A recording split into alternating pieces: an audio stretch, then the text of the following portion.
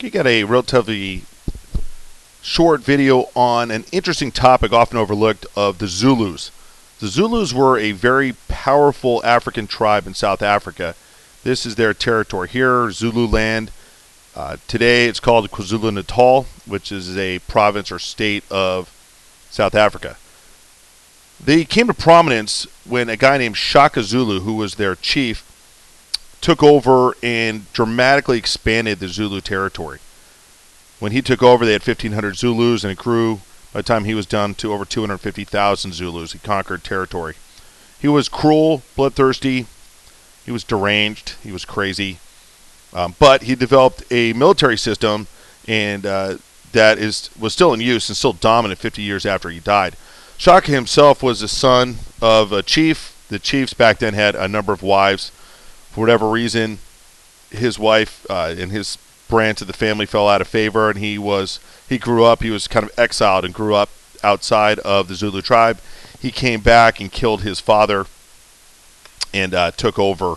And I do believe he met his end at the hands of either one of his sons or relatives as well. What he did to innovate is he developed a regimental military organization for the Zulus. They had regiments. They grew up in small groups, kind of similar to what the Spartans did. They grew up and they put all these boys the same age together. They did everything together, trained, ran, slept, ate, everything together. So they were very, very tight. And then they would fight for each other. He also replaced this throwing spear with something called, I always mess this up, it's Islawanda. It's a sound it makes when it is pulled out of a man's chest. It's a stabbing spear. He also had a really large cowhide shield, and they would hook the enemy's shield and pull. And when you pull the enemy's shield, it would expose his rib cage, and they would be able to thrust this stabbing spear into the rib cage and kill people pretty efficiently, pretty quickly, and they got really, really good at it. He also they were toughened up to close combat, which was not something done. They back in the day in Africa they usually would throw some javelins, but they wouldn't necessarily have these melees. He made them train barefoot. One thing he could do with his army is he could move them anywhere he wanted. They could go 50 miles in a day. Essentially, that's like running from San Diego or La Jolla up to Disneyland in a day. And there were all kinds of stories of the Zulus' army just showing up seemingly out of the blue and destroying enemies who couldn't fathom how they got there, and that was part of his tactics. He also came up with something called the Buffalo Formation. He would take his army, divided up basically into four groups. You'd have the right and left horns, and you would have the chest and the loins. These horns would envelop. They'd be enveloping maneuvers, attacking the flanks and the rear of the army, while the chest of the buffalo attacks head on, and then the loins would be in reserve. It's a classic military structure. It was very different than the mass attacks of the time period, and he used it to great effect. In fact, he beat the British Army. The only native nation to beat a British army in open battle were the Zulus. Now, the Zulus fought a war with the British. It's called the Anglo-Zulu War of 1879. It was actually before the Boer War. It was very dramatic. It's been immortalized in a couple movies, Zulu and Zulu Dawn. Older movies by our standards, but still pretty good. It was completely provoked by the British. The Zulus were a big, powerful, independent, native civilization right next to a major British colony. The British didn't like it. They felt threatened by them, and essentially they picked a fight. Here are native, these are actually old, obviously pictures taken turn of the century. These are ceremonial shields that these guys wore, but these are actual Zulu tribesmen, and they're wearing these are ceremonial shields. The ones they carried into combat were probably twice or three times as big. So the British picked a fight. I'm not going to get into incredible details, but essentially the British overestimated their own worth, underestimated the Zulus. They invaded Zulu land with essentially three columns. The guy in charge was Lieutenant General Lord Chelmsford. Things went bad pretty quickly for them. The worst British colonial defeat ever was at the hands of the Zulus. The center column was defeated. This is January 22nd. About 1,300 British troops were killed. In the aftermath, the Zulus who did not get a fight, the ones that were in the loins and never got to fight, decided to attack a British outpost called Rorke's Drift.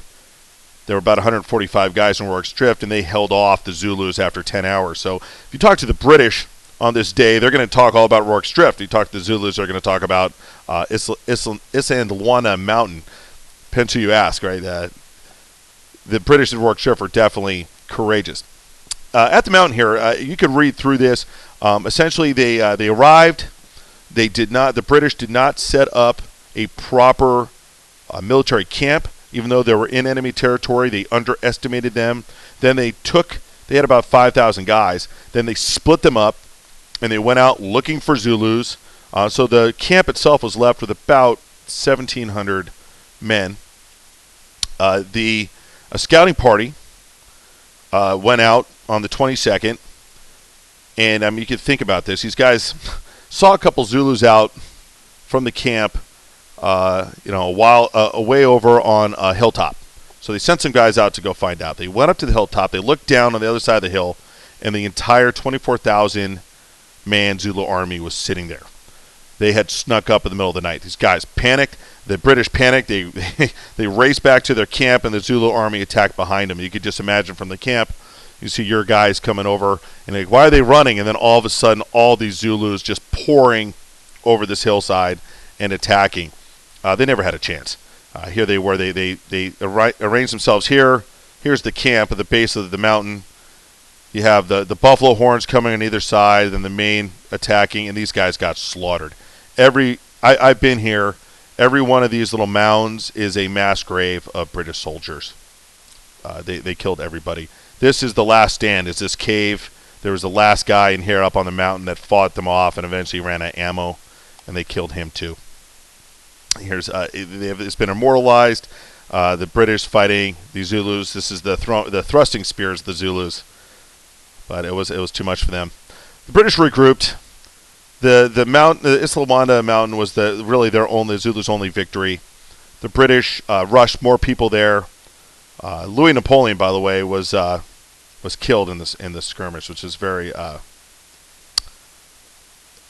This was the prince, the exiled prince's son, was killed, which was kind of an embarrassment. But the Zulus ended up basically giving up. The might of the British army was just too much, and they wore them down a year or two later, and that was that. The British continued the advance. On July 4th, the army was defeated. And I think I misspoke. I think it might have been the same year. They eventually captured and took over the British. And in order to keep the Zulus from being a threat, they divided up the whole Zulu nation into 13 chiefs. And they basically fought amongst themselves and left the British alone, which is unfortunate. So the Zulus are still around today if you go to South Africa. Proud nation. Shaka Zulu is an interesting character. If you're interested in that, you should look him up, Google him, and you'll read about his exploits.